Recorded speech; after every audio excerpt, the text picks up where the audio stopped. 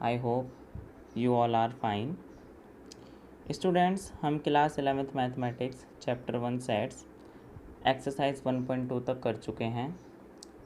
Students, आज हम कुछ नए कंसेप्ट्स पढ़ेंगे, जैसे सबसेट्स को कैसे डिनोट करते हैं, आवर सेट और यूनिवर्सल सेट, और हम करेंगे एक्सरसाइज 1.3 एनसीईआरटी से।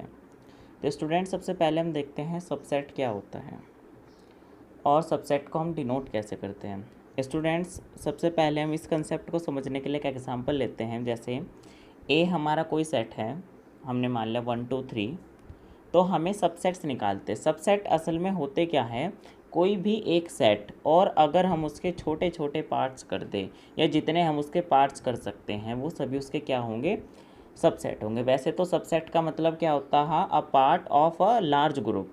किसी भी लार्ज ग्रुप के छोटे पार्ट में अगर हम डिवाइड कर देते थे वो उस चीज़ का सबसेट होता है। तो सबसेट को हम, जो ये कर्व सी सा आपको सिंबल दिख रहा है, इस चीज़ से हम इसको डिनोट करते हैं।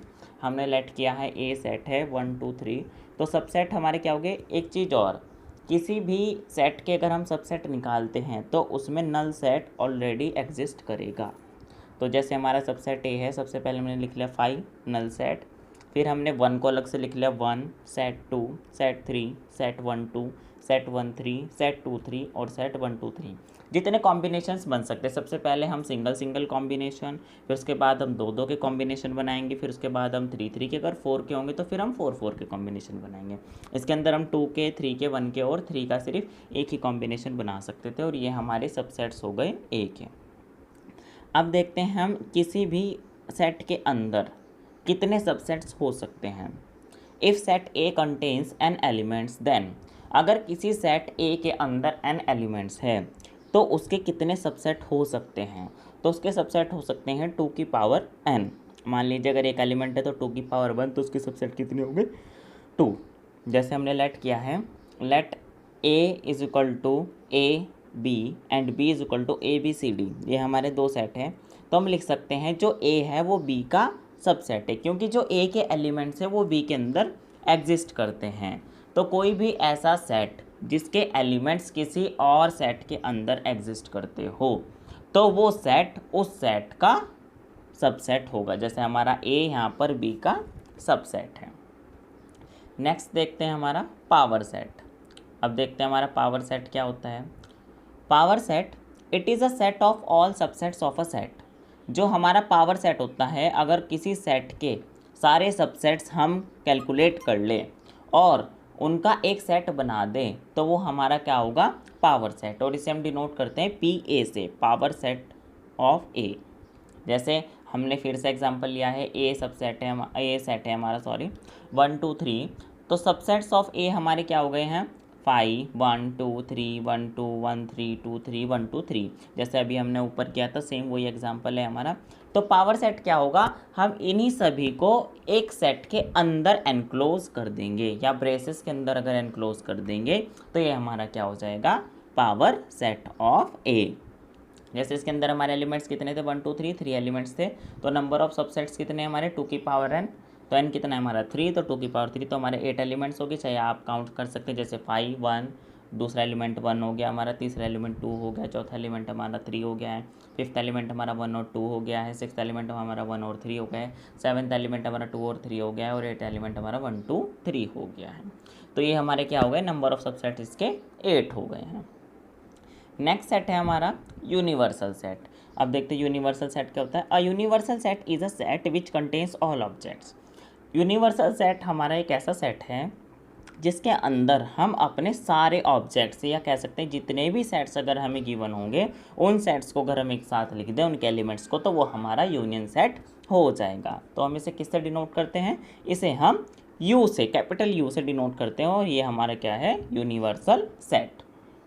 जैसे हम एग्जांपल देखते हैं, let A is equal to 1 2, एक सेट हमारे पास 1 2 है, ए और दूसरा सेट हमारे पास बी है जो जिसके एलिमेंट्स है 2 3 4।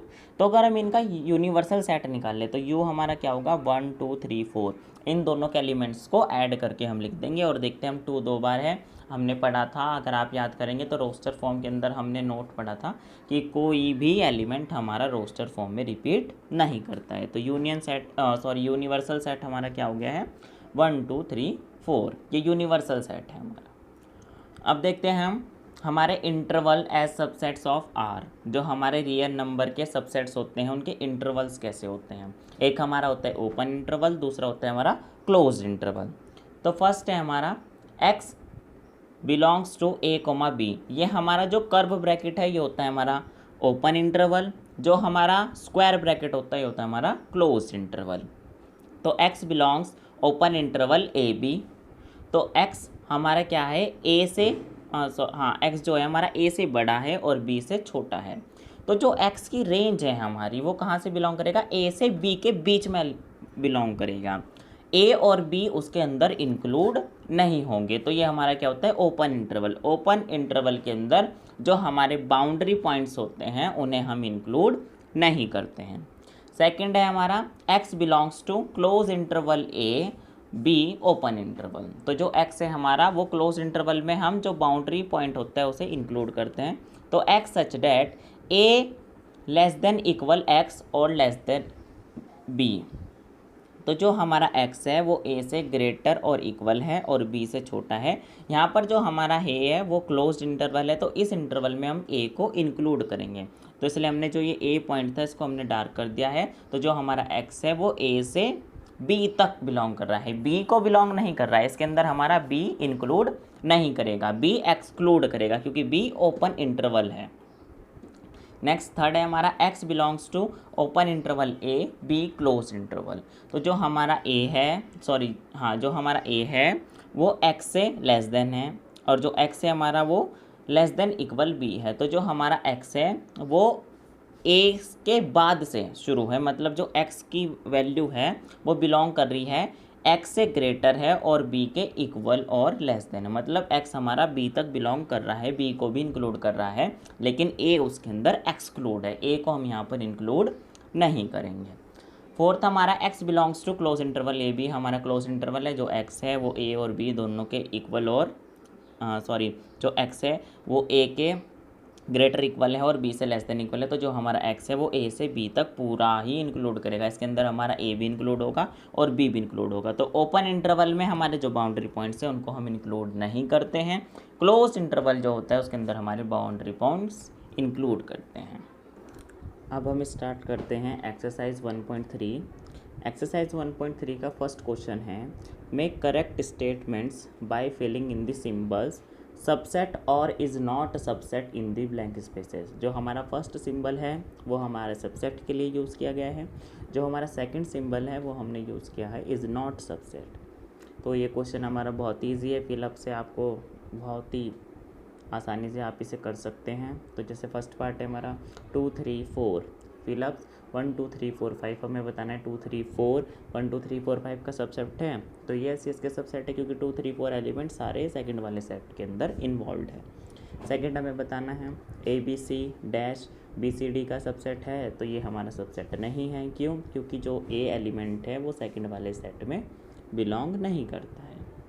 थर्ड पार्ट है इसका हमारा X such that X is a student of class 11th of your school, और हमें बताना है क्या ये सबसेट है X such that x student of your school. अब देखो ये क्लास 11th का बच्चा आपके स्कूल का है और जो एक बच्चा है आपके स्कूल का वो सबसेट होगा, तो ये हमारा सबसेट है कि जो क्लास 11th का बच्चा है वो भी तो आपके स्कूल का ही बच्चा है।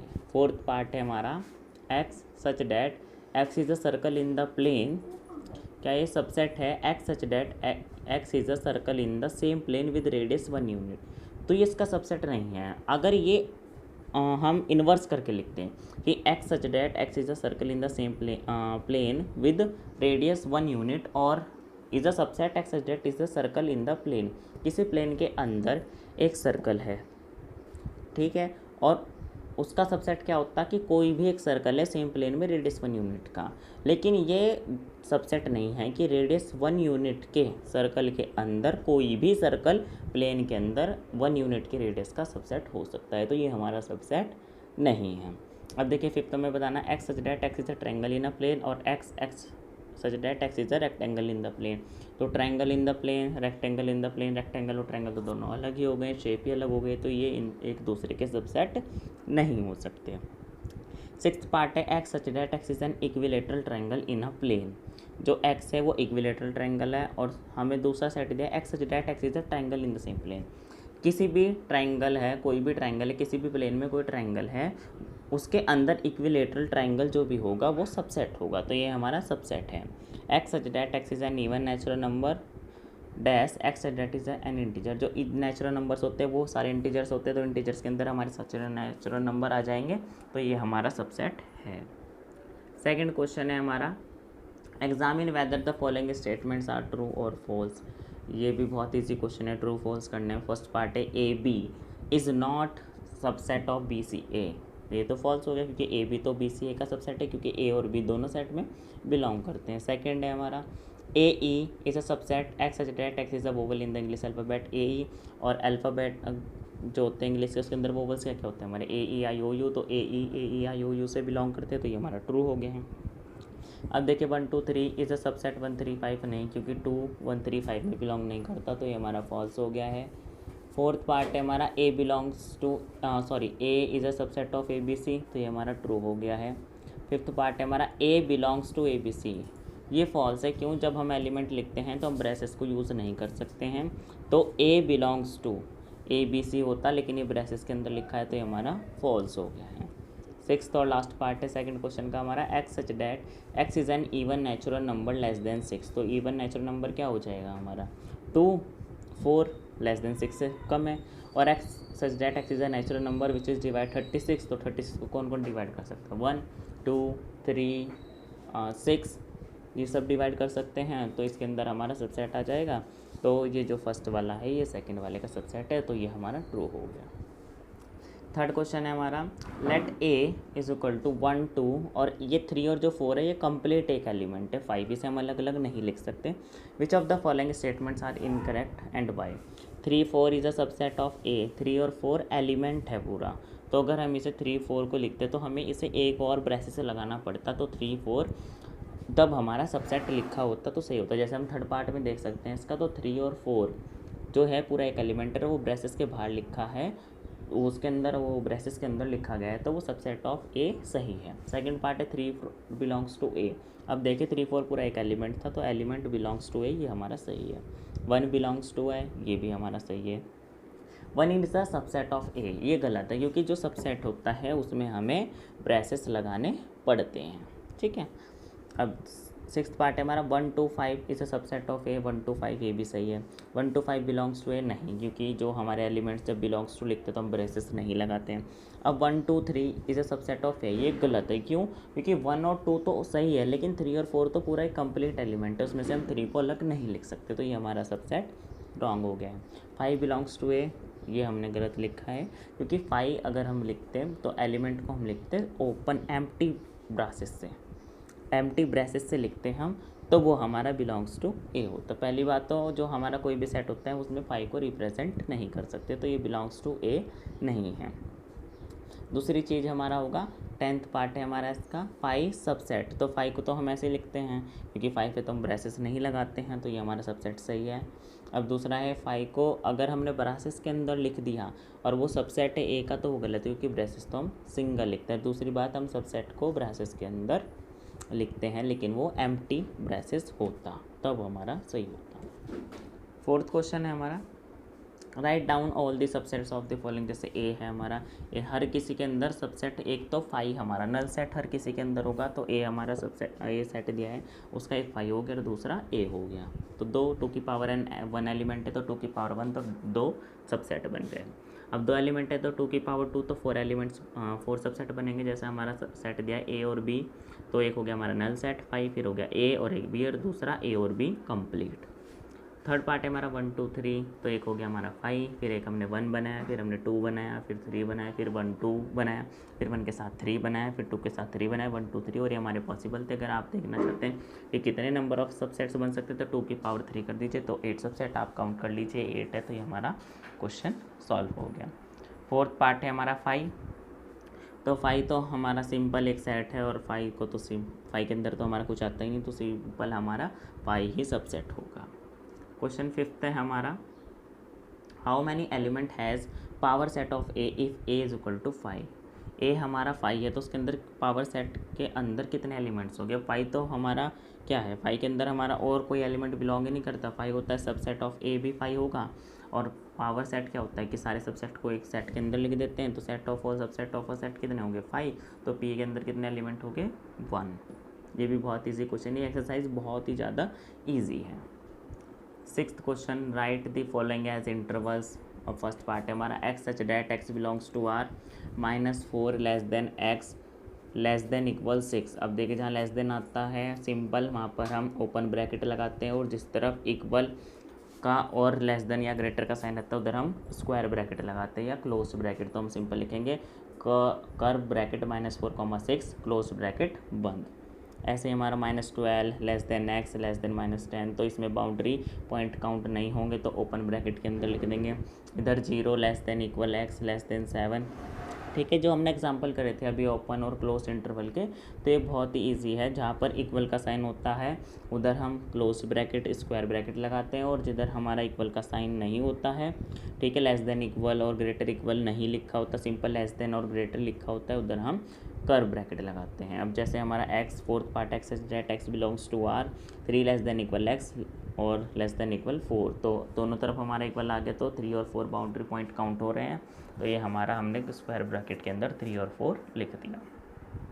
जैसे हमने सिक्स्थ क्वेश्चन को सेट बिल्डर फॉर्म को रोस्टर फॉर्म में, हमने इंटरवल को लिख दिया है, ठीक है, ये रोस्टर फॉर्म में था। अब हमारा जो ये है इन्हें हम सेट बिल्डर फॉर्म में लिखेंगे।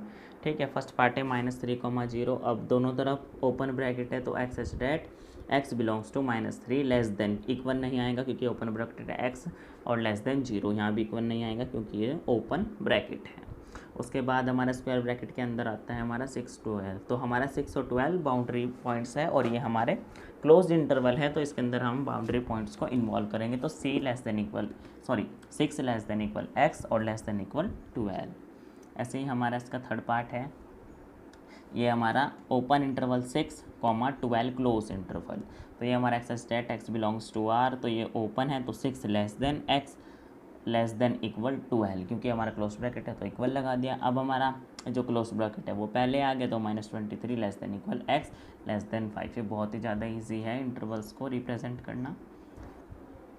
तो इस एक्सरसाइज का सेकेंड लास्ट क्वेश्चन है, what universal sets would you propose for each of the following. First part है हमारा the sets of right triangles, मतलब कि हमें यूनिवर्सल सेट बनाना है कि जिसके अंदर हमारे सेट ऑफ राइट ट्राइंगल्स आएंगे, तो हम क्या करेंगे, हम universal set of all triangles बना देंगे। ऑल ट्राइंगल्स मतलब उसके अंदर राइट ट्राइंगल्स भी आ जाएंगे, आइसोसेलेस ट्राइंगल्स भी आ जाएंगे, स्केलर ट्राइंगल भी आ जाएंगे, इक्विलेटरल ट्राइंगल, जितने भी टाइप्स के हमारे ट्राइंगल्स होंगे वो सारे सेट ऑफ ऑल ट्राइंगल्स के अंदर आ जाएंगे, तो सेट ऑफ ऑल ट्राइंगल्स इसका यूनिवर्सल सेट होगा।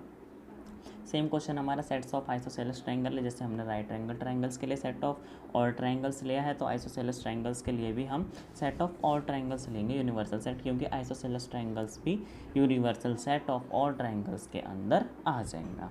अब इस एक्सरसाइज का लास्ट क्वेश्चन है हमारा, given the set A 1 3 5, B 2 4 6 and C 0 2 4 6 8, which of the following may be considered as universal set for all the 3 sets ABC। हमें बताना है कि इन 4 ऑप्शन में से कौन सा सेट इन तीनों का यूनिवर्सल सेट होगा। तो फर्स्ट ऑप्शन है हमारा 0 1 2 3 4 5 6, लेकिन हाँ चलो चेक करते हैं, 0 है, 1 है, 2 है, 3 है, 4 है, 5 है, ठीक है, 6 भी है, लेकिन C के जो हमारा C सेट है अगर उसे हम ध्यान से देखते हैं तो उसके अंदर एलिमेंट 8 है हमारा, तो वो इसके अंदर नहीं आ रहा है, तो ये यूनिवर्सल सेट नहीं है। नल सेट यूनिवर्सल सेट नहीं हो सकता।